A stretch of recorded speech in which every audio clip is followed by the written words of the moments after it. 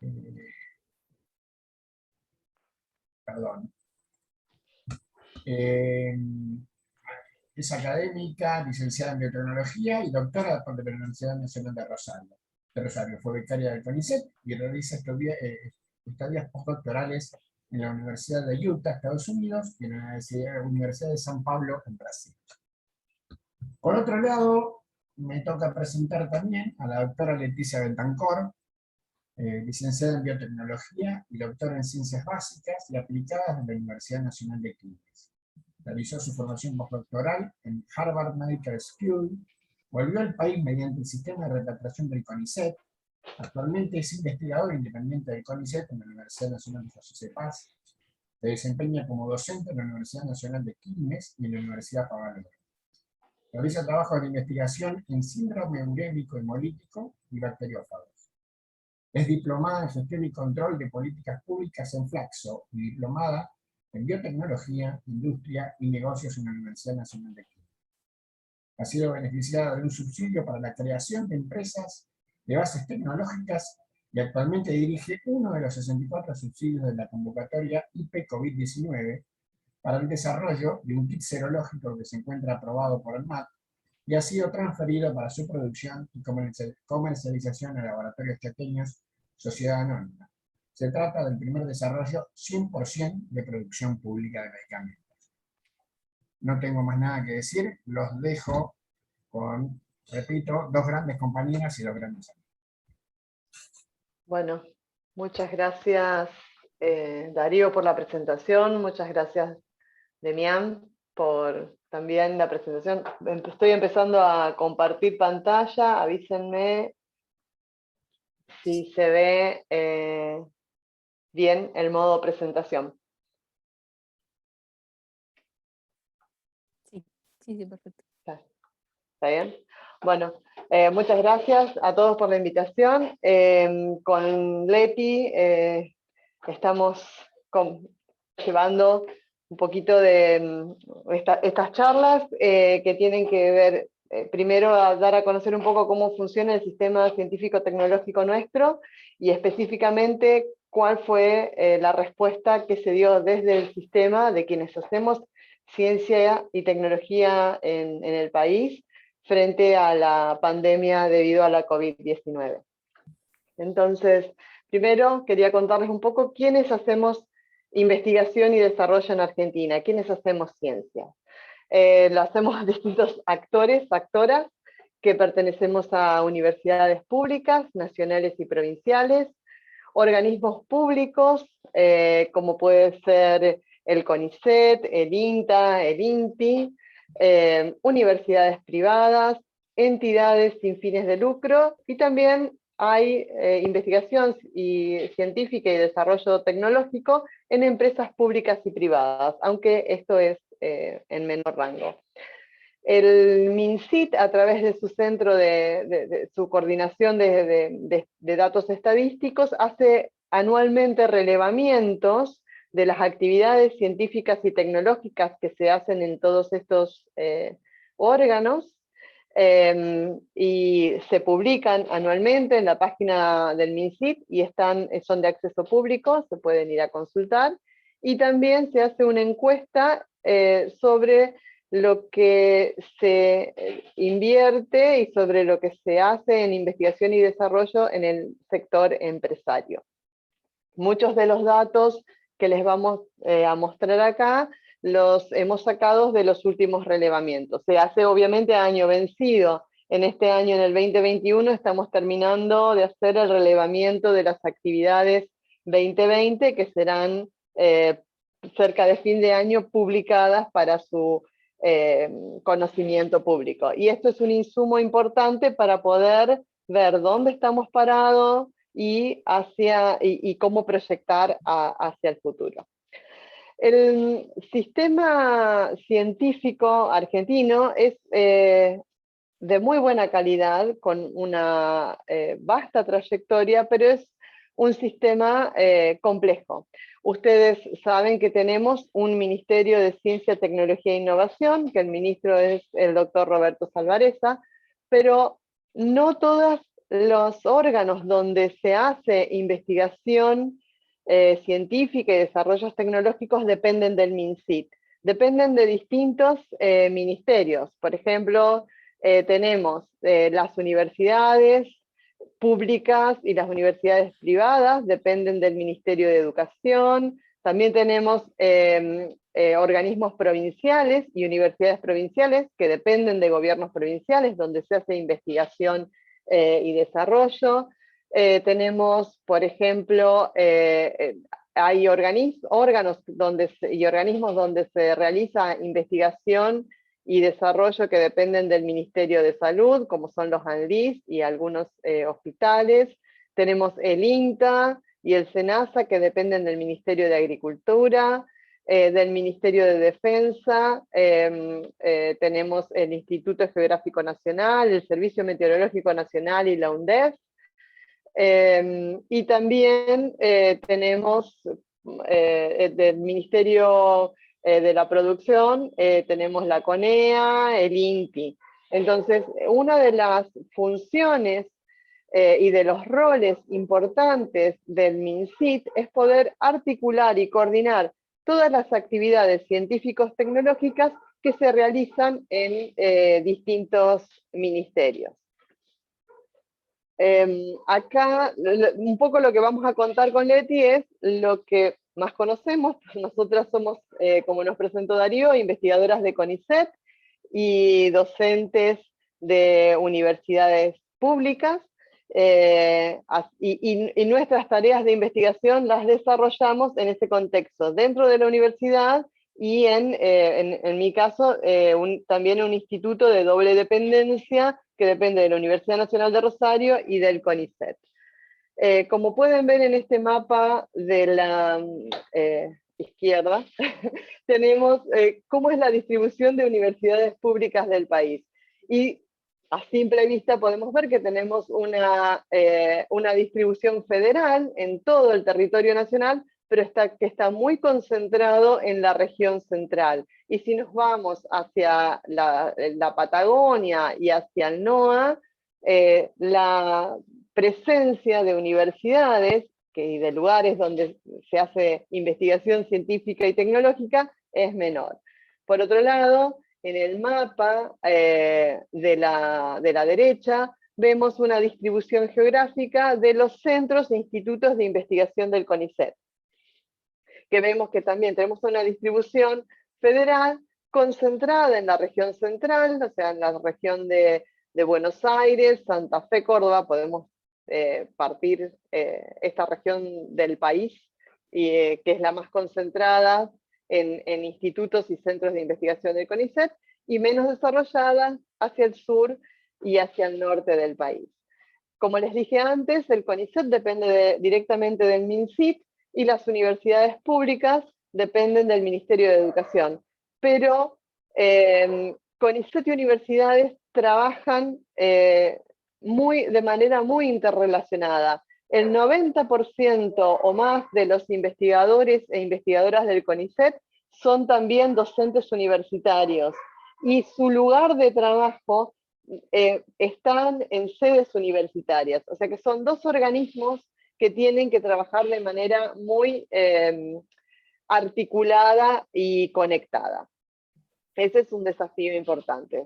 Generalmente funciona bien, pero a veces hay cierto tipo de recelos y hay que tratar de trabajar y de limar asperezas para poder optimizar los recursos humanos de infraestructura y de financiamiento. A ver, aquí está, tengo que... en esta diapo les muestro cómo es la distribución de instituciones públicas, de universidades y de privadas. Como vemos también, las universidades públicas hay una distribución territorial más extensa y federal del país. En las privadas están más concentradas. Es un desafío también poder superar, o sea, poder tener una mejor federalización del desarrollo científico-tecnológico del país.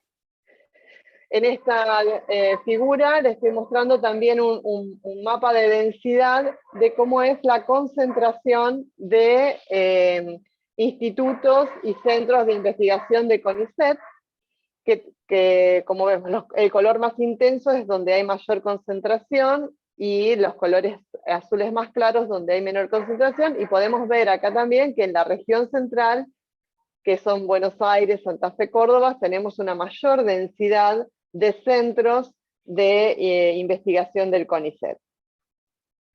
Y aquí en esto les muestro cómo es la inversión. Esto está sacado del relevamiento que salió publicado el año pasado con datos del año 2019 de la inversión en investigación, desarrollo e innovación en Argentina en función de dónde se destinan los fondos. Y si vemos que los fondos que se han destinado en I+D+I, alrededor de un 40% se ha destinado en organismos públicos de ciencia, como CONICET, INTA, etc., un 22% en universidades públicas, un 36% para el desarrollo, se ha ejecutado en empresas. Aquí tenemos universidades privadas, y esto es en otros organismos. Y en la próxima les muestro cuánto es la inversión, o sea, cuánto es la inversión en dinero que se realizó en el año 2019 para I+D+I en Argentina. Y vemos que el sector público hizo un mayor aporte, como siempre, de un 60% podemos decir que es aporte del sector público a investigación y desarrollo, un 28% del privado, y hay un 10% que se ha obtenido de financiamiento externo. Como vemos aquí, hay una progresión de los últimos años del macrismo, ya pronto vamos a tener nuestros datos, y cómo vemos cómo cae la inversión en I+D+I en función del PBI desde el 2017 al 2019, donde vemos que la principal caída se debe a la caída en los aportes de la inversión pública, porque la inversión privada, que es la verde, más o menos se ha mantenido constante y se mantiene constante en una progresión de tiempo. Lo que es importante destacar de esto es que la mayor inversión, la mayor fuente de dinero para invertir en I+D+I siempre lo hace el Estado, ¿no? Acá es antes de pasar a la próxima, para quienes por ahí no conocen cómo funciona, cómo trabajamos quienes hacemos ciencia, tecnología en el país, ya sea que lo hagamos siendo docentes universitarios, investigadores de CONICET, o docentes e investigadores, nosotros, el Estado nos garantiza nuestro salario, ¿no? De acuerdo a las categorías que revisamos. Pero para realizar nuestro trabajo de investigación, nosotros tenemos que concursar, de aplicar en concursos públicos abiertos con nuestros proyectos de investigación. Y estos son evaluados en función de su calidad, de su pertinencia, y en función de eso se nos otorga o no financiamiento para desarrollar el trabajo.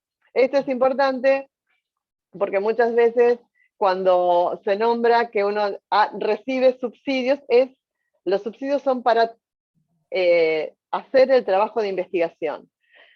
Si no los conseguimos, no podemos hacer nuestro trabajo. O sea, no solamente necesitamos nuestros sueldos, que los tenemos garantizados siendo investigadores o docentes universitarios, sino también necesitamos nosotros concursar y obtener recursos financieros para hacer el trabajo de investigación.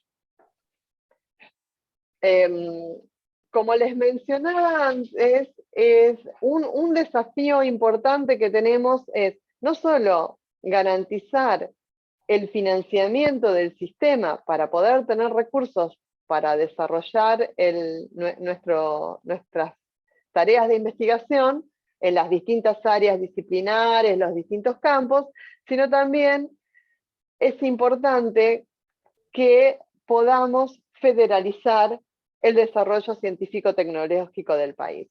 Uno de los logros que hemos tenido en el año pasado es la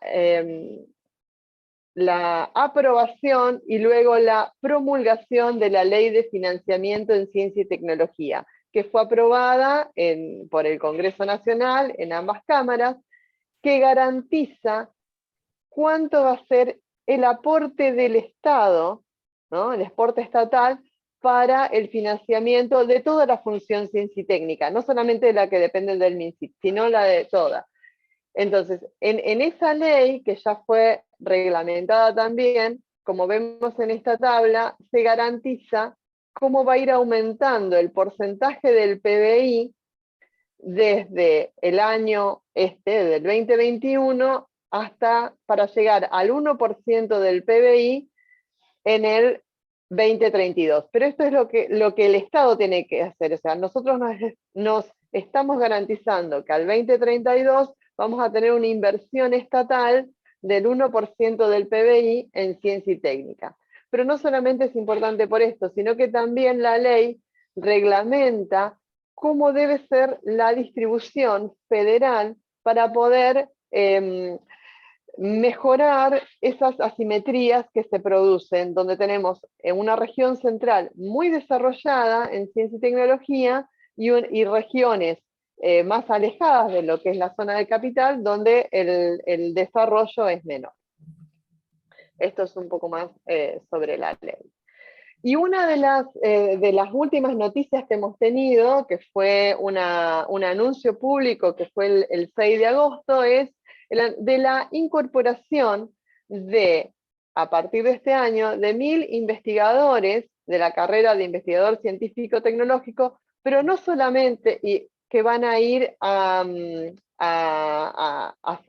ingresar a carrera de investigador científico del CONICET, sino que van a ingresar en 16 organismos nacionales que dependen de la administración pública. Estas 1000 incorporaciones van a ir al CONICET, a la CONEA, al INTA, al INTI, por mencionar, al Servicio Meteorológico Nacional, al Instituto Geográfico Nacional, al Banco Nacional de Datos Genéticos. Esto es muy importante también porque el Estado, que es el que financia la formación de doctores, primero de graduados universitarios, ¿no? Y después de doctores, para que puedan quienes ingresar al sistema. En este momento había como en este momento hay un desaprovechamiento de ese capital humano altamente calificado. Esto no solo abre las perspectivas de trabajo de los profesionales formados en los organismos públicos, en las universidades nacionales, sino que también jerarquiza estas instituciones. Esto para nosotros fue una noticia realmente importante y es un logro de nuestro gobierno que atiende a un reclamo del sistema científico-tecnológico. Bueno, hasta acá un primer panorama que les dejo, y ahora sigue por un ratito Leti contándole específicamente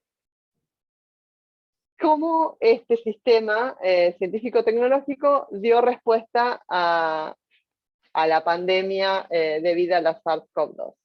Leti. Bueno, muchas gracias por la presentación y por la posibilidad de dar esta charla. Así que bueno, yo les voy a comentar justamente lo que decía Julia, ¿no? Cómo se pudo dar respuesta rápida ante la pandemia con el sistema científico-tecnológico que estaba montado en ese momento y un poco de la situación en la que estábamos antes. Entonces, en particular sobre el desarrollo de los kits serológicos y de diagnóstico. Ya deben estar súper habituados a los términos de PCRs y anticuerpos, por lo cual ahora es más fácil explicar estas cosas. Pero bueno, los kits de diagnóstico son los que se usan para evaluar si el virus está dentro del organismo, ¿sí? Por lo cual se usan para lo que es PCR y a tiempos cortos de la infección. Y los kits que son serológicos, que son los que más les voy a comentar, son los que permiten detectar anticuerpos. Los anticuerpos se detectan después de la infección. Por lo general, a partir de los 7 días posinfección, nosotros podemos empezar a encontrar anticuerpos contra el SARS-CoV-2, ¿sí? Entonces, bueno, esa es la diferencia. La siguiente. Esto es más que nada un parámetro de cómo se complementan estos dos tipos de test, ¿sí? Nosotros si tenemos un PCR positivo y la serología negativa, podemos saber que el paciente está en la etapa de la incubación, y si vamos teniendo diferentes tipos de positivos negativos, nos va a indicar en qué momento de la infección está, ¿sí? Y ahora los que son los kits serológicos también sirven para evaluar la eficiencia de las vacunas y la duración de los anticuerpos, ¿sí? Entonces, el serológico ahora está teniendo una doble utilidad respecto a lo que es el de PCR, que solamente permite ver infección. En la siguiente. Bueno, esto más que nada como una cuestión de estructura, como para darles un pantallazo y explicarles cómo es que se arma un kit serológico en este caso. Esta es la estructura del virus, ¿sí? Todos los virus tienen una estructura similar, pero bueno, esta es la particular del SARS-CoV-2. Cuando uno quiere detectar el virus, ¿sí? Se hace una PCR, que lo que va a detectar es el RNA del virus. Y cuando uno hace serología, lo que hace es tratar de identificar anticuerpos contra el virus, ¿sí? Y en este caso puede ser contra cualquiera de las proteínas que tiene el virus en su estructura. Por lo general se están utilizando los que son los kits serológicos que detectan la proteína S, que es la externa. Y esa proteína también es la que se está utilizando para todas las vacunas. Todas las vacunas están basadas en esta proteína, todas las vacunas que son recombinantes y las de RNA también, excepto hay algunas, creo que es la Sinopharm, si mal no recuerdo, que es a virus completo inactivado, ¿sí? Entonces en ese uno puede tener anticuerpos contra cualquier parte del virus, y después contra los que son Sputnik, AstraZeneca, Moderna, Pfizer, todos vamos a tener anticuerpos solamente con la S, ¿sí? Entonces, muchas veces, quizás se pueda empezar a detectar, a diferenciar, digamos, los anticuerpos que vienen de una infección de los que vienen de una vacuna, excepto la vacuna Sinopharm, que sí va a tener anticuerpos contra cualquier proteína del virus. En la siguiente.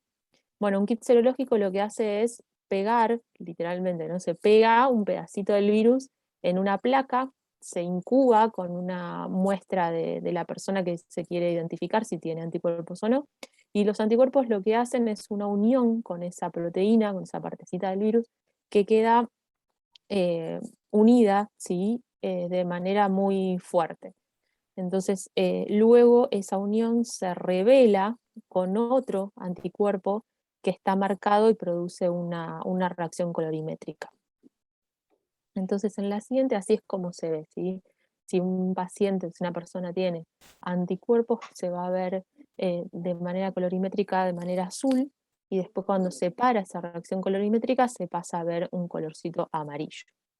Entonces, en la siguiente, la situación que teníamos al momento del comienzo de la pandemia, ¿sí? A diciembre del 2019, es una problemática heredada. Había una dependencia total de proveedores extranjeros para insumos y reactivos de investigación y diagnóstico.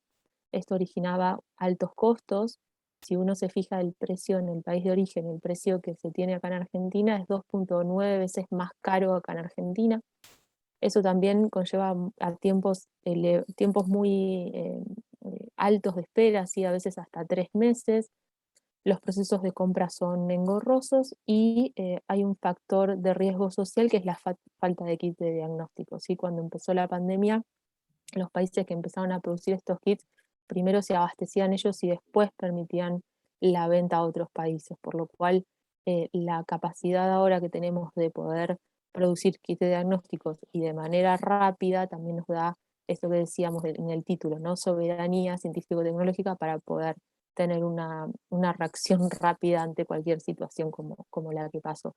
Y esta problemática es una problemática común en toda Latinoamérica. Entonces, en la siguiente, bueno, lo primero que se hizo con esta situación de que no había kits y lo que había que hacer era importarlos, ¿sí? Primero se empezó a importar kits y eso, bueno, es un listado de los primeros que fueron autorizados ante ANMAT para ser comprados acá en Argentina, tanto de PCR como para detección de anticuerpos. Y luego, en la siguiente, creo que es ya, las acciones inmediatas que fue tomando el Estado, ¿sí? Primero se generó un consorcio, una unidad coronavirus COVID-19 en el Ministerio de Ciencia, Tecnología e Innovación, que formaba parte también el CONICET y la Agencia Nacional de Promoción de la Investigación, el Desarrollo Productivo y la Innovación. En este caso, en la siguiente, lo que hicieron fue invertir alrededor de 25 millones de pesos en el desarrollo de diferentes kits de diagnóstico rápido para la detección del SARS-CoV-2. También se puso a disposición de las autoridades del Ministerio de Salud las capacidades de al menos 12 centros de investigación del sistema científico-tecnológico y se empezaron a potenciar líneas de investigación vigentes que pudieran aportar al conocimiento del COVID, ¿sí? Entonces, lo que se hizo fue, por ejemplo, en este caso fue el primer kit serológico que se desarrolló en el Instituto del Lugar y la investigadora responsable es viróloga, ¿sí? Entonces, estas fueron quienes podían tener los antecedentes como para hacerlo de manera rápida, ¿sí? Entonces, en la siguiente podemos ver el NeoKit, que es para la detección del virus, ¿sí? Y en este caso es una investigadora, Carolina Carrillo, del Instituto Milstein, que está dentro de lo que es, trabajan en conjunto con una empresa que es el Casará, que ellos ya tenían el desarrollo de un kit similar para la detección de Chagas, ¿sí? Entonces, eso es, las acciones inmediatas fueron esas, poner en funcionamiento algo que ya estaba funcionando para algo similar y poder adaptarlo para el COVID. En la siguiente es otro desarrollo, en este caso son 2 empresas de base tecnológica instaladas dentro de universidades estatales, o sea, una está dentro de la de la Universidad de Quilmes y otra dentro de la Universidad de UNSAM, y también, ¿sí? Eran empresas que estaban orientadas a lo que son los kits de diagnósticos y purificación del RNA que es necesario para la detección después por PCR. Entonces, en la siguiente, esta Julia siempre la comenta porque es un caso de Rosario. Sí, es una empresa, la empresa de Texmol es una empresa de base tecnológica que surge de un grupo también de investigación de un instituto de doble dependencia, y ellos trabajaban en kits de detección de virus de HPV, del virus del herpes, del papiloma humano. Y bueno, pudieron adaptar para desarrollar un kit para la detección de SARS-CoV-2 y están vendiendo el kit en colaboración, produciéndolo con el laboratorio Viener, que hace productos para laboratorios bioquímicos. Bueno, y luego de esta reacción inmediata, digamos, que tuvo el gobierno, se abrió una convocatoria que fue abierta a todo el sistema científico-tecnológico del país. Se presentaron 900 proyectos y se seleccionaron 64, ¿sí? Esto lo que nos da idea es que 900 proyectos da lugar a, nos permite darnos cuenta de la capacidad que tiene el país para dar respuesta a diferentes cuestiones científicas tecnológicas, ¿no? Por una cuestión de necesidad y prioridades se seleccionaron 64 y en este caso les muestro más que nada los que fueron seleccionados para kit de diagnósticos y serológicos. Porque si bien había y desarrollos, también había que tener la capacidad productiva para poder abastecer la demanda local, ¿sí? Entonces un solo desarrollo no permitía cubrir toda la demanda local, por lo cual se financiaron diferentes proyectos de este tipo. En la siguiente, bueno, son varios, y uno de ellos estuve dirigiendo, ¿sí? Junto con No, era anterior, ahí está. Sí, no hay problema. El 3. En la Universidad Nacional de José C. Paz, ¿sí? Se desarrolló junto con investigadoras de INTA y de la UBA, ¿sí? Entonces es un consorcio que se armó entre la Universidad de José C. Paz, CONICET, INTA y Exactas de la UBA. Entonces en la siguiente, este es el kit que desarrollamos, se llama Zero COVID Federal, es el único de producción pública de los que están hoy por hoy disponibles. Se hizo todo a través del ANLAB y está aprobado por ANMAT desde marzo, ¿sí? Entonces en la siguiente, lo que se propuso desde un inicio fue que sea de producción pública, ¿sí? Esto generó una estrategia de articulación, el famoso el triángulo de Sábato, ¿sí? Donde bueno, el Estado estaba representado por la agencia y por CONICET y por el Ministerio. De parte de productiva está el laboratorio Chaqueños, que es parte de ANLAB, y por la parte científico-tecnológica, la Universidad Nacional de José Paz, INTA y Exacta. Entonces en la próxima les menciono lo que es ANLAB, por si no lo conocen, es la Agencia Nacional de Laboratorios Públicos y fue creada en el 2014. El objetivo de ANLAB es articular y promover las actividades de laboratorios de producción pública de medicamentos existentes en todo el país, ¿sí? De manera planificada y centralizada por parte del Estado Nacional, y está dentro de lo que es el Ministerio de Salud de Nación. Entonces en la siguiente, este kit en particular es un kit multiespecie que detecta todo tipo de anticuerpo contra el SARS-CoV-2. Multiespecie significa que puede detectar anticuerpos en personas y en animales, ¿sí? Nosotros, por ser multiespecie, al final terminaron siendo 2 productos, 2 desarrollos, porque lo que es para uso en humanos tiene que ser aprobado por ANMAT y lo que es uso en animales tiene que ser aprobado por SENASA. Y que puede detectar cualquier tipo de anticuerpo porque usamos un anteriores, hay un tipo de anticuerpo que se presenta más temprano, posinfección, y otro que se presenta más avanzado, ¿sí? Entonces, lo que tiene este kit es que permite detectar anticuerpos hasta 3 días posinfección respecto a los otros que quizás recién pueden detectar anticuerpos después de 7 días posinfección, y está basado en la proteína S que les mostré antes en la estructura, que es una proteína externa. Y lo bueno es que lo optimizamos para un protocolo de 2 pasos y en 1 hora de trabajo se puede tener el resultado. Entonces, en la siguiente, otra de las fortalezas que lo desarrolló acá el compañero Darío es un sistema de código QR para el seguimiento, ¿sí? Y tener un buen control del uso de estos kits, ¿sí? Cada uno de los kits sale con un código QR que nos va a permitir tener un seguimiento, obviamente que tiene confidencialidad, pero lo bueno es que se puede compartir estos datos siempre de manera segura y confidencial. Entonces en la siguiente,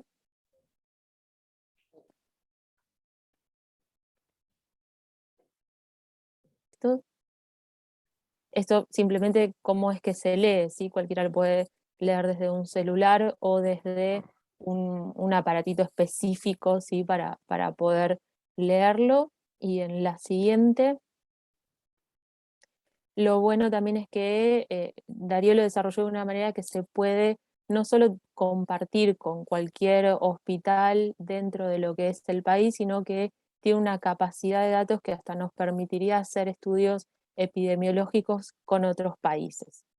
Entonces, en la siguiente, lo que les comentaba, al ser que detecta cualquier tipo de anticuerpo, es más sensible que otros kits comerciales, por esto de que puede detectar hasta 3 días posinfección respecto a otros que detectan a partir del día 7.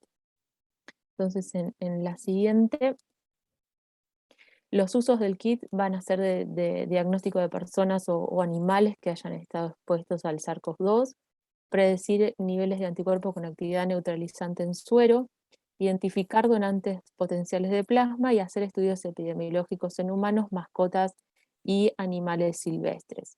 Hoy por hoy es muy importante el tema de eh, tener en cuenta la necesidad de los estudios epidemiológicos también en animales, porque tenemos que saber si puede llegar a haber algún tipo de reservorio en el cual el virus pueda llegar a mutar y pueda llegar a ocasionar otro problema, ¿sí? Entonces, el análisis de reservorios es súper importante realizarlo y se puede utilizar este desarrollo.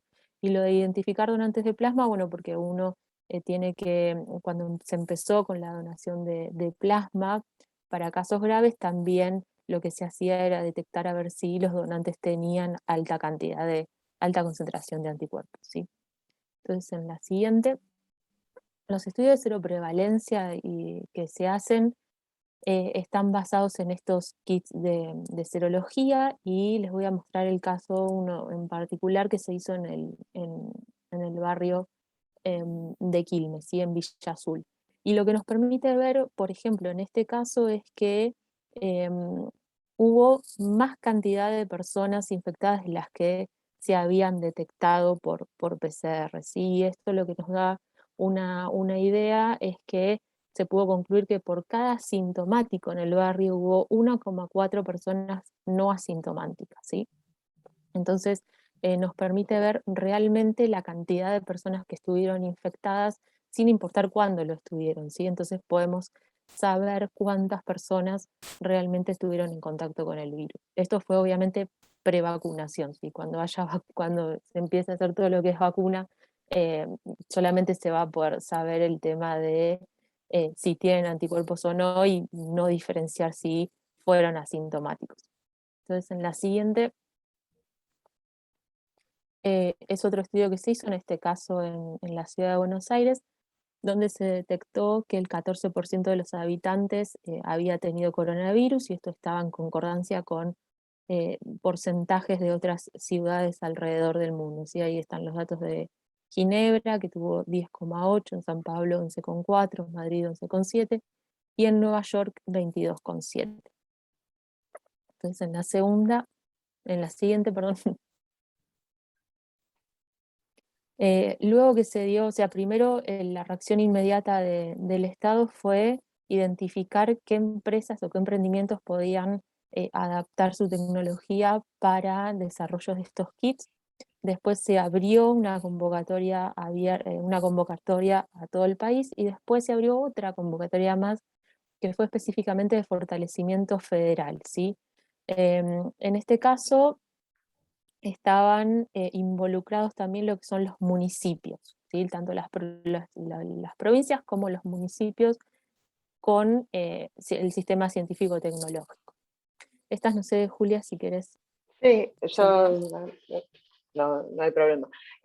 Sí, hay una cosa que es importante mencionar, que no tenemos que perder de vista, es que hasta marzo del 2020 nadie en la Argentina estaba investigando en SARS-CoV-2 ni COVID. Cada grupo seguía investigando en los temas que investigamos habitualmente, pero ante esta necesidad, muchos grupos pusieron a disposición todo su conocimiento, todo su potencial en recursos humanos, en recursos técnicos y en recursos económicos también, porque si tenían financiación eran para otros proyectos, para trabajar en esto. Y la respuesta fue rápida, porque como vieron, la unidad COVID que mencionó Leti, y estaba puesto ahí, es de marzo, creo que 2 días antes del día del 18 de marzo. El 20 tuvimos el primer cierre de actividades, y el Sí, es 18 de del marzo 18. entonces no perder, creo que no tenemos que perder de vista esa situación. Y bueno, como dijo Leti, en la convocatoria de fortalecimiento federal se hizo hincapié en no solamente tener proyectos relevantes que hagan el aporte para enfrentar la pandemia desde distintos aspectos, sino también que fueran relevantes para el desarrollo local. Estos proyectos tenían que tener un interés también municipal y provincial. Hubo 541 proyectos presentados y se seleccionaron y financiaron 136 y se financiaron proporcionalmente a los presentados por cada provincia. En esto intervino el COFECIT, que es un área dentro del MINCIT, que es el Consejo Federal de Ciencia, Tecnología e Innovación. Acá tenemos, solo para mencionar algunos, los proyectos que fueron seleccionados y financiados tendían muchos a aumentar la capacidad diagnóstica en centros de salud, o sea que eran proyectos para mejorar el equipamiento o el lugar para hacer diagnóstico, estudios de cero prevalencia, como los que explicó Leti, o sea, hacer diseños para poder estudiar qué pasa en cierta región, estudios para el diseño de políticas sanitarias y sociales. La pandemia no solamente nos afecta desde el punto de vista médico, fisiológico de salud, sino afectó económicamente y nos sigue afectando económicamente, emocionalmente, culturalmente, y hay que poder manejar y poder asesorar también a quienes tienen que toman decisiones, ya sea a nivel de municipios, a nivel de gobiernos provinciales, para poder encarar estas cuestiones. También hubo proyectos que desarrollaban productos sanitizantes, respiradores, elementos de protección personal, y también, y ahora es muy importante, proyectos que planteaban hacer la secuenciación del virus y análisis de los genomas virales. Esto ahora ustedes están escuchando que viene la variante Delta, la variante británica, la variante Manaus. Bueno, eso se puede saber porque hay grupos que están, a partir de las muestras aisladas de pacientes, pueden aislar el material genómico del virus, descifrarlo, o sea, identificar su secuencia y compararla y analizarla. Y eso nos da, ahí se detectan qué variantes son y se puede hacer el seguimiento de esas variantes en una población. Yo leía en el último reporte, ustedes ahora habrán escuchado lo que es el Consorcio País, el proyecto para el seguimiento del virus en Argentina. Y por ejemplo, en la última publicación, ellos describen que este brote que hubo, no brote, pero sino este contagio que hubo de variante Delta en Córdoba tiene un único origen. Esto quiere decir que una única persona o los que se empezaron a contagiar, se contagiaron a partir de un único evento, o sea, una única persona vino con variante Delta a Córdoba y contagió al resto de las 36 personas, que fue lo que yo leí, que habían dado positivo y se identificó que eran variante Delta. En cambio, las distintas personas que se identificaron con variante Delta en la zona de Buenos Aires y alrededores, tienen distintos orígenes, o sea, son virus de variantes Delta que han venido de distintos lugares. Eso es sumamente importante en este momento, tener trazabilidad de lo que pasa con las distintas variantes familiares del virus original, que es el virus de Wuhan. Bueno, estos son algunos de el listado de algunos de los proyectos que fueron financiados, que ya se los comenté recién, así que los vamos a pasar rápido. Y la última convocatoria que hubo en el año 2020 fue una convocatoria también para encarar la pandemia, pero especialmente para las ciencias sociales y humanas. Y el objetivo era como les mencionaba recién, no solamente es importante abordar el tema desde el punto de vista médico y sanitario, sino desde el punto de vista humano, social, económico. Entonces, la idea de la convocatoria PISAC era poder hacer propuestas post pandemia, pero ahora nos damos cuenta que todavía seguimos en la pandemia y tenemos que poder encarar lo que nos queda, digamos, esta transición que estamos teniendo hacia la post-pandemia y cómo encaramos el desarrollo del país y cómo encaramos lo que viene luego cuando tengamos más controlada la pandemia. Hubo un aporte importante, se financiaron 19 proyectos PISAC, y también con una característica federal. Estos proyectos todos tenían que tener muchos nodos, un nodo principal que era eje en cada proyecto, pero estos proyectos tenían que tener nodos en distintas universidades, en distintos lugares del país. Y la selección de los proyectos a financiar también tuvo un carácter federal. Y ahora estos eran los 19 proyectos y Leti habla un poco más de vacunas. Sí, ahí vuelvo. En este caso, bueno, les quería mostrar un estudio que hizo la Universidad Nacional de San Martín, es de junio, ¿sí?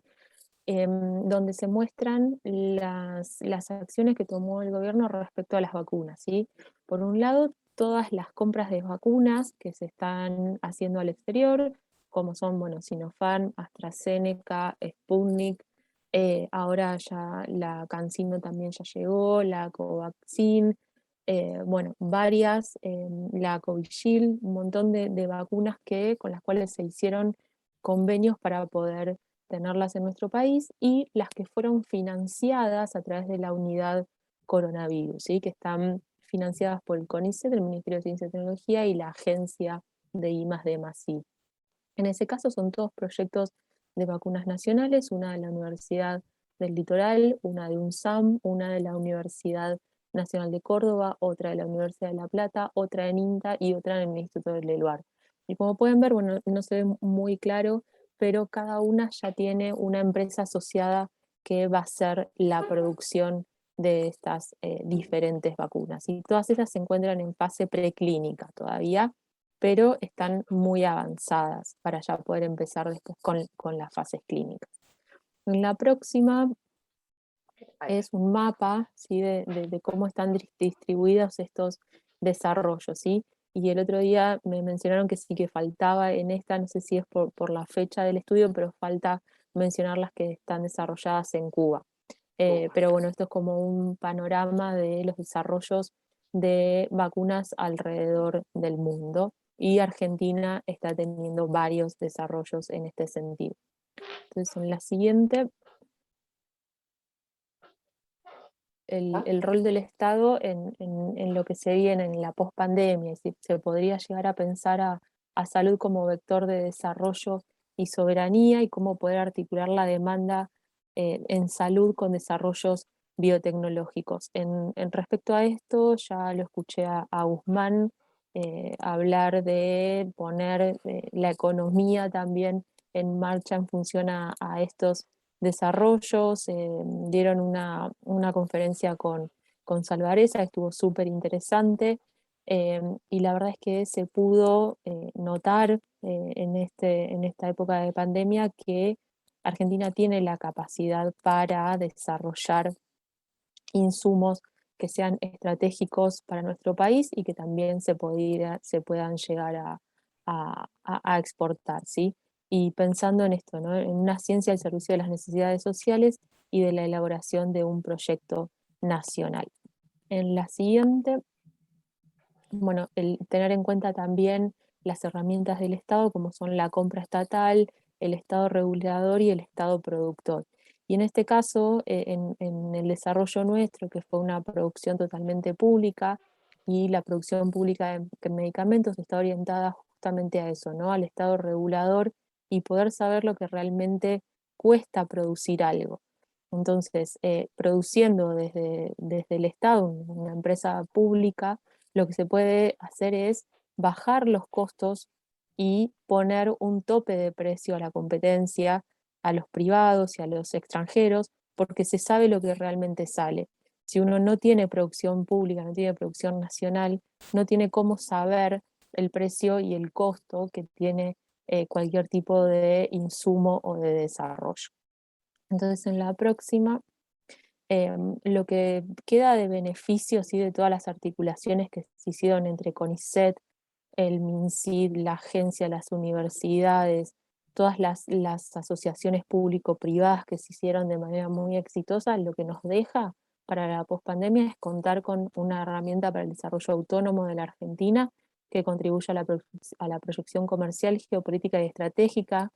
Esto a nivel geopolítico es muy importante el posicionamiento de Argentina porque no muchos países, ahora no recuerdo cuánto, pero en su momento, al momento de que se empezó la producción de kit de diagnóstico, eran 5 los países que estaban desarrollando, ¿sí? Entonces, a nivel geopolítico queda muy bien posicionada Argentina dentro de lo que es la región. También va a permitir contar con desarrollo productivo de insumos que están surgidos del sector científico académico nacional y contar con laboratorios y consorcios que puedan resolver problemáticas locales respecto a la salud pública. En la próxima, bueno, muchas gracias, ahí terminaba. Muchas gracias.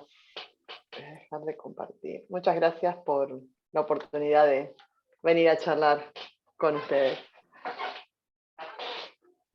Bueno, vamos a hacer lo siguiente, si les parece. Los que tengan preguntas, vamos a habilitar ahora el chat. Las pueden hacer por chat y yo las retransmito. Y también creo que tenía la posibilidad de hacer preguntas a la gente que está físicamente en el sitio. Claro, ahora vamos a habilitar la ronda de preguntas para los asistentes aquí presenciales y mientras que los asistentes virtuales vayan escribiendo su pregunta en el chat. Y voy a aprovechar yo también que estoy para preguntar, ¿no? a Julia y a Leticia si rompemos un poco el hielo. La pandemia nos cambió la forma de vivir a todos y uno de los lugares donde más cambió la forma es en las universidades públicas. Desde hace ya año y medio que no hay clases presenciales y se vislumbra que de aquí a futuro eso va a cambiar y se va hacia un esquema híbrido, ¿no? Un esquema de presencial y virtual. Y Julia, cuando hizo la presentación, habló de federalizar el sistema de investigación. ¿Puede afectar las clases virtuales a una eventual concentración de universidades en la zona centro, como vos marcabas, y eso impactar en la federalización que vos pregonabas? Mira, nosotros, tanto Leti como yo, que somos licenciadas en biotecnología, pero de distintas universidades, venimos de carreras que son netamente experimentales. O sea, para nosotros la presencialidad es inevitable, porque necesitamos la práctica en el laboratorio, ¿no? Las carreras como medicina, bioquímica, biotecnología química, necesitamos sí o sí eso.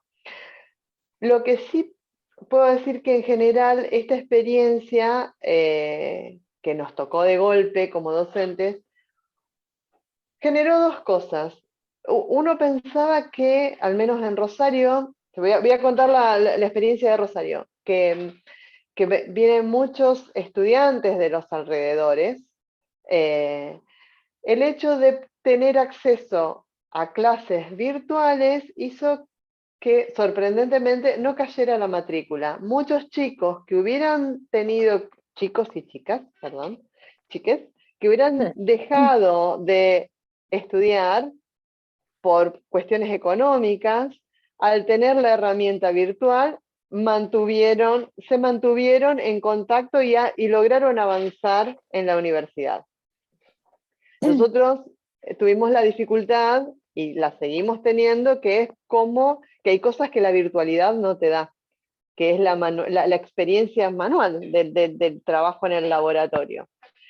Eso lo vamos a tener que compensar.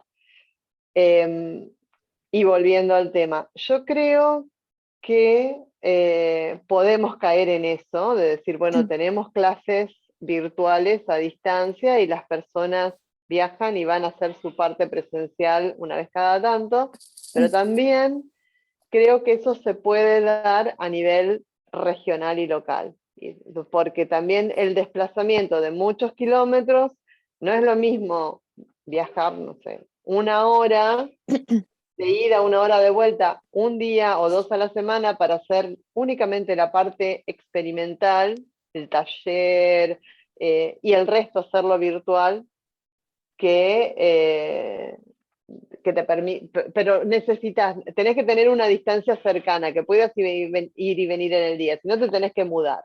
Y los que nos tuvimos que mudar para ir a estudiar, sabemos que es un privilegio, no todos, los padres pueden pagar un alquiler y mantener una segunda casa para que sus hijos, hijas, vayan a estudiar a la universidad. Yo creo que puede ser una tentación, pero no, yo creo que al contrario, que la virtualidad nos forzó a encontrarnos a todos, y las docentes universitarias, con herramientas que por ahí no estábamos usando, porque estábamos acostumbrados a hacer siempre todo presencial.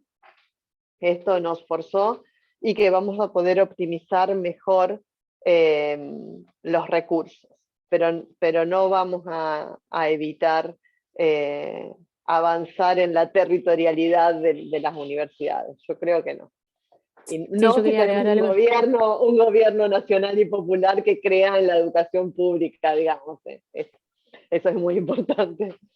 Sí, agregar algo de la optimización, ¿no? de los recursos, porque, por ejemplo, yo doy una materia que no tiene parte práctica, y en ese caso, al ser virtual, ya se sabe que esta materia va a quedar virtual en uno de los horarios o como una de las opciones, para los chicos que trabajan, para los chicos que les faltan un par de materias y que esta sea una posible para poder terminar, y también para la optimización de espacios dentro de la universidad, que a veces faltan aulas, ¿sí? Entonces, desde ese lugar, las materias que no necesitan trabajos prácticos probablemente queden como una opción que sea virtual. En vez de que haya 2 turnos, va a ser un turno virtual y un turno presencial, ¿sí? Y en ese caso, la verdad es que está bueno para todos, para los chicos que no tienen tiempo de llegar a tiempo a la universidad y quizás en ese horario sí llegan a su casa, y para el tema de edilicio, ¿no? Bien, muchas gracias. Y dice Gisela Dinucci, aquí por el chat, muchas gracias por la presentación. Quería saber si hay estudios sobre el impacto de la pandemia y el aislamiento en les adultos mayores. Gracias. Yo creo que no tenemos conocimiento, al menos, pero necesitaríamos traer a alguien de las ciencias sociales y humanas o de la salud, que nos indiquen, pero si no hay, seguro se están haciendo, porque ha impactado. Quienes tenemos padres, abuelos, tíos, vemos ese impacto, pero bueno, no lo tenemos nosotros presentes como para poder abordarlo. Félix Vallejo pregunta: se hablaba de 3 años para el desarrollo de vacunas, pero los tiempos fueron menores. ¿Se conoce cómo se logró esa optimización? No, en realidad no es que se optimizó, sino que vieron que en general las vacunas lo que hacen es poder prevenir la enfermedad y el contagio, ¿sí? En este caso, como fueron desarrolladas de manera rápida frente a la emergencia sanitaria a nivel mundial, las vacunas lo que están protegiendo hoy por hoy es que uno no llegue al estado grave de la enfermedad, pero no están previniendo que uno se contagie del virus, ¿sí? Entonces, por eso es que se hizo una cuestión mucho, que se tienen vacunas hoy por hoy a 1 año y medio de la pandemia, pero la verdad es que todas esas vacunas, si estuviesen si estuviesen para otro tipo de enfermedad, los desarrollos pueden llegar a llevar de 5 a 10 años, ¿sí? Porque se tiene que hacer todo el seguimiento de ensayos clínicos que pueden llegar hasta 10 años, mínimo 5. Entonces, esa es la diferencia, no es que se optimizó, sino que fue una cuestión de emergencia sanitaria a nivel mundial que requería de vacunas en un tiempo rápido que al menos previnieran los estados graves y que no colapse el sistema de salud mundial, digamos, de todos los países. No sé si Julia querés agregar algo. Sí, yo dos cosas con respecto a esto quería agregar. Una es que se han utilizado, no es que se empezó de cero, que se han utilizado conocimiento que ya se tenía, así como pasó con los kits que se desarrollaron a partir de desarrollos previos que se estaban haciendo contra otras enfermedades, las vacunas también. Como explicaba Leti, las vacunas, muchas están usando la proteína S para que se despierte la respuesta inmune del organismo. Pero la vacuna lo que hace es presentarle al cuerpo la proteína S. Todo ese sistema que presenta la proteína S al sistema inmune del organismo, o sea, cómo lo llevamos, eso ya se venía usando para otras vacunas, para otros desarrollos. Por eso también fue rápido. Y el otro tema, que también, como dice Leti, permitió hacerlo más rápido, es que muchas veces lo que hacen cuando hay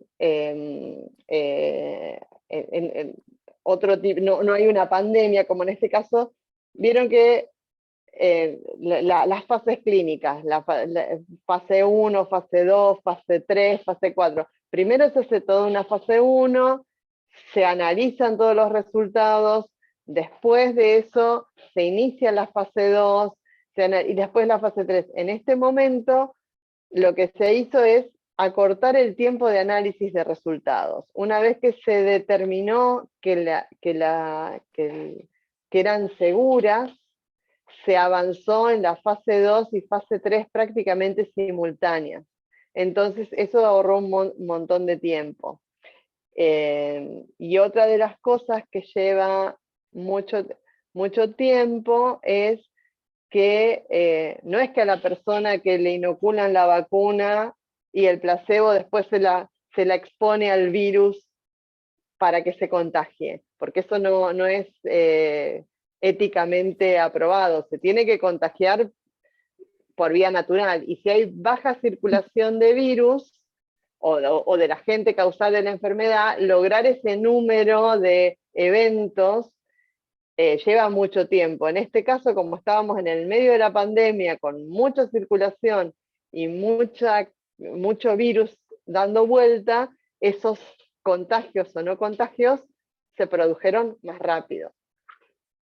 Justo esta semana teníamos una charla con una colega que es viróloga y que está trabajando en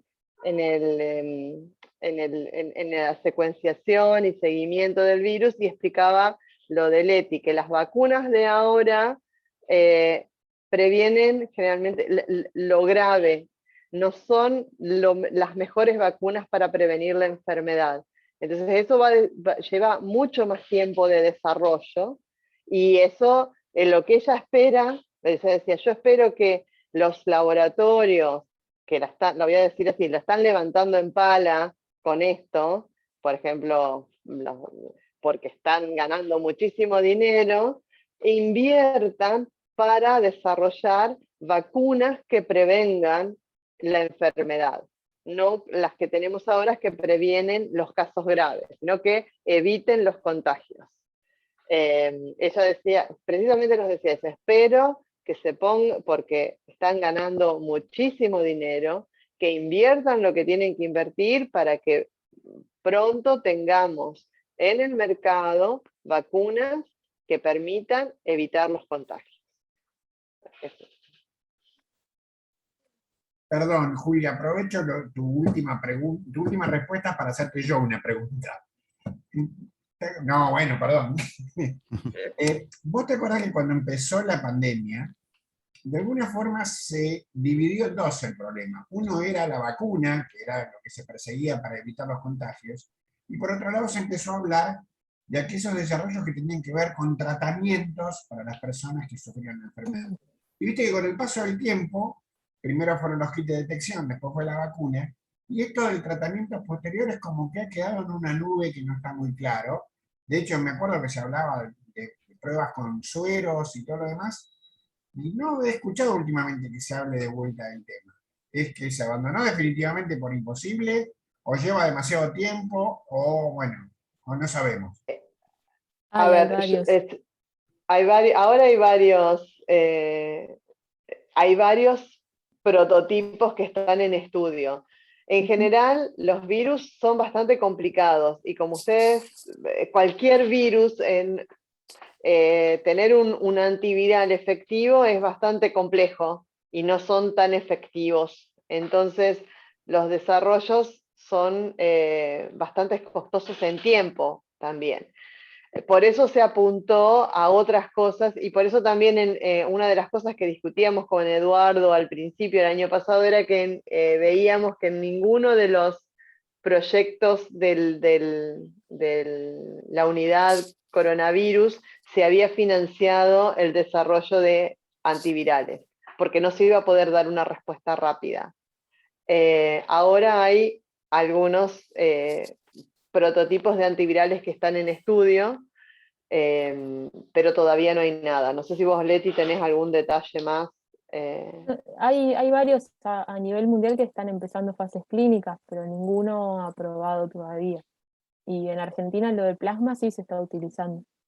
En realidad no, el plasma es más que nada el suero en caballo. ¿Sí? Eso lo está produciendo una empresa argentina, Immunova, y se está utilizando acá en el país. Gracias.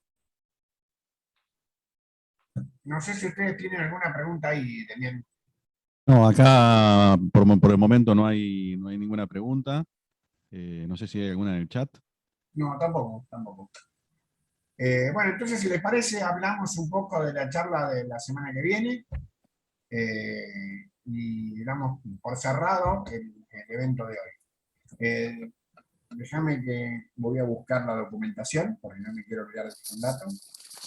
La semana que viene se va a presentar el evento Industrialización Nacional del Litio con Tecnología Autónoma, una charla a cargo del doctor Eduardo Dorkin, presidente de ITEC, y esto va a ser, como les dije, la semana que viene, o sea, el jueves 19 de agosto a las 18:30 horas. Bárbaro, perfecto. Yo por mi parte no tengo nada más, no sé si ustedes tienen algo más. De nuevo agradecerles a ustedes, Demián, obviamente a Leticia, a Julia, como siempre un placer escucharla. Y bueno, a los que están, los esperamos el jueves que viene, inviten a muchos más y nosotros también vamos a hacer una fuerte campaña como para hacer muchos más en la reunión del jueves que viene. Sí, nosotros estamos sumamente agradecidos a vos, Darío, a las doctoras Julia Circo y Leticia Betancourt, y gracias por acercarnos estos conceptos que son complicados, pero lo hacen en un lenguaje muy simple. Y nos da placer saber que detrás de esta pandemia hay un sistema de salud público, un sistema de ciencia y tecnología, porque la salida de la pandemia creo que no hay otra forma que no se sale si no es con salud y tecnología y ciencia, ¿no? Pues nos están salvando las vacunas. Así que agradecerles a las doctoras, sobre todo ese trabajo que hacen día a día en el laboratorio para ayudar a todos los argentinos a que podamos sobrevivir a esta pandemia que azotó al mundo. Gracias, nos vemos el jueves. Buena semana para todos. Esperen que les libero el Gracias. micrófono a todos, así pueden saludar. Gracias a ustedes por Gracias a invitarnos. todos. Gracias. Sí. Gracias. Gracias. Acuérdense que acá, cuando vengan, en tiempos de memoria, van a poder venir y almorzar algún día. Los esperamos a todos, a los 3 los esperamos aquí. Muchísimas gracias. Sí, Nos sí. vemos Gracias. pronto. Nos Ojalá vemos. sea pronto que podamos hacerlo. Mira. Sí, Ojalá. sí. Gracias. Buena semana para todos. Gracias. Buena semana para todos. Gracias, gracias.